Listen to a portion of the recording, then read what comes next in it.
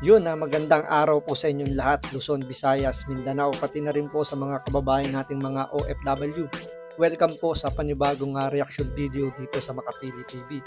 So, sa nakaraang press conference na ginawa po ng Committee of Good Governance, itong tatlong chairman po, si Congressman Kong Hun, sinabi niya na kaya daw po nagkakagulo ngayon ang ating bansa dahil daw si Vice President Sara Duterte maaga daw pong nangarap maging presidente. So hindi natin maintindihan itong congressman na to kung kailan ba siya nagising. So parang ngayon lang yata siya nagising at hindi niya alam kung ano yung nangyayari o ano yung nangyari nung nagsimula po yung presidential election kung saan nga tumakbo si VP Sara under po ng Uniteam. Kung ating matatandaan at babalikan, wala talaga sa plano ni Inday Sara nung time na yun na siya mayor ng Davao na tumakbo sa national dahil lang focus niya is yung Davao lang muna. So may mga video naman lumabas dyan na sinasabi talaga or nagpapakita na pinilit lang tumakbo ni Bobong Marcos at ni Amy Marcos si Inday Sara bilang Vice President.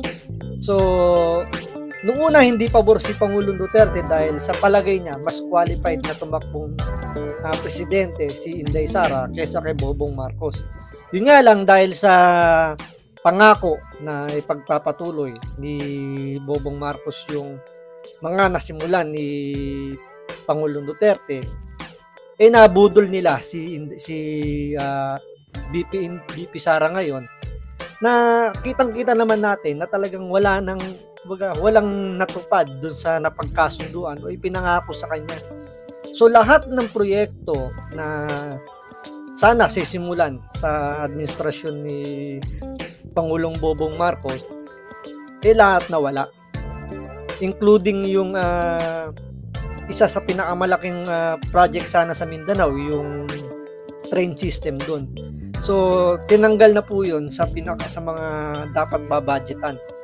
So, ngayon, ito, sinasabi ngayon nito ni Congressman Kong Hun, pangalan nito. Kung kaninong congressman to, Kong Hun. Sinasabi niya na masyado raw naging maaga yung pangarap ni VP Sara maging presidente.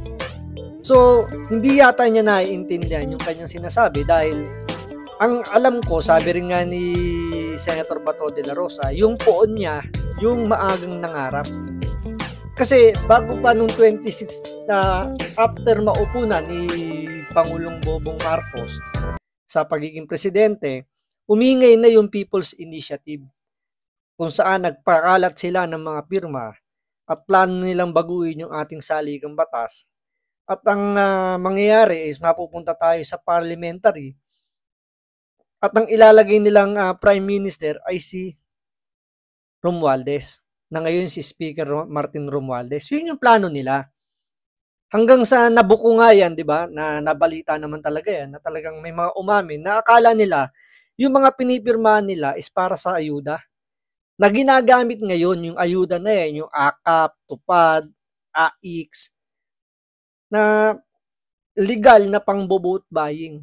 Kaya nga kung papansinin niyo yung budget natin ngayon, ang laki ng binigay nilang budget para sa mga ayuda. At ang nangungunang namimigay ay si Speaker Romualdez. At pinagmamalaki pa yan ng kanyang mga tagasunod na galing daw kay Martin Romualdez, kung di daw dahil kay Martin Romualdez, hindi makakatanggap ng ayuda ang ating mga kababayan. So, kaya nga sinasabi dito na maaga raw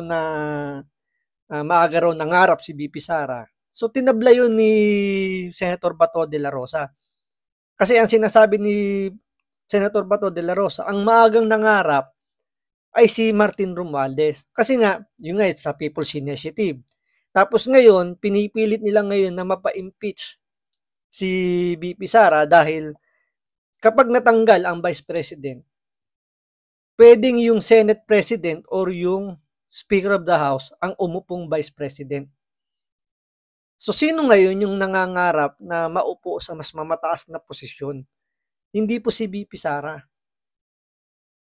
'Di ba? Kitang-kita naman natin ngayon talagang kahit alam nila na hindi lulusot yung impeachment, posible siguro sa Kongreso lumusot yung impeachment dahil nga numbers game yan eh. Pero pagdating sa Senado, mukhang mahihirapang lumusot yan dahil nga pagdating sa Senado, mas maraming hindi naman kaalyado pero hindi pabor magkaroon ng impeachment sa Vice President.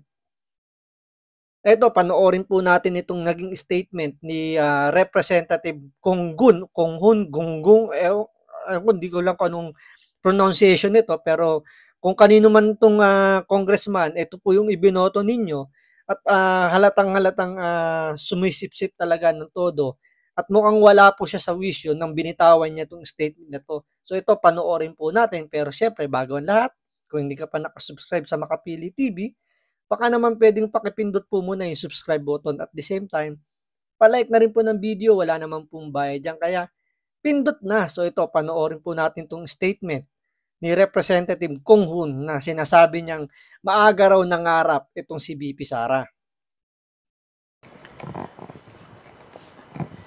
Nagsimula lang naman lahat ng kaguluhan na ito noong mangarap ang ating Vice Presidente na maging presidente ng maaga.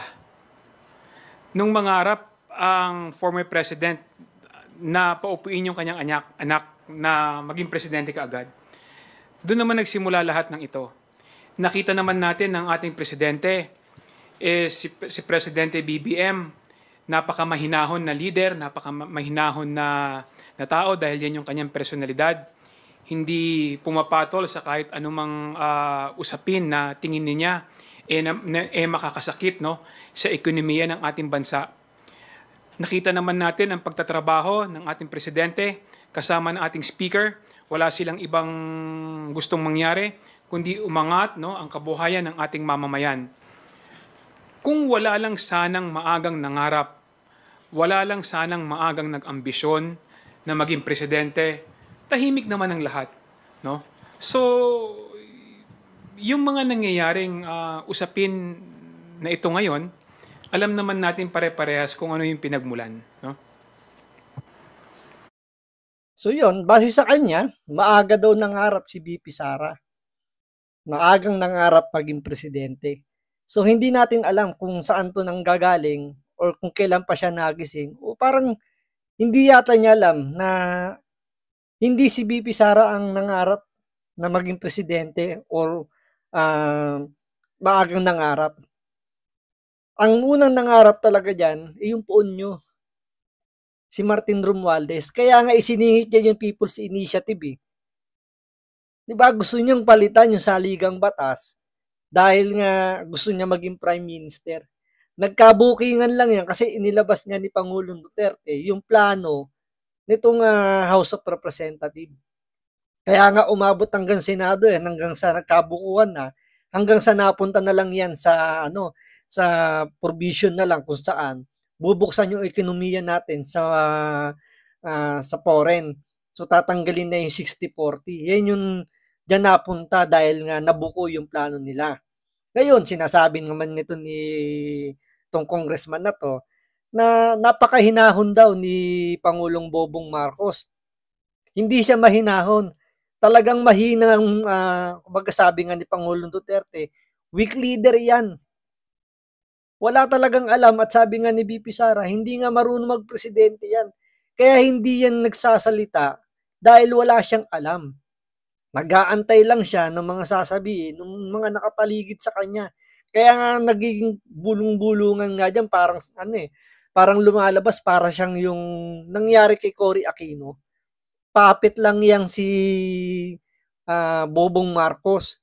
May nagko-control sa kanya kung anong gagawin niya. It's either si First Lady o tong si Martin Romualdez ang nagko-control sa kanya. Tapos sasabihin niya na nagtatrabaho lang daw si Pangulong Bobong Marcos.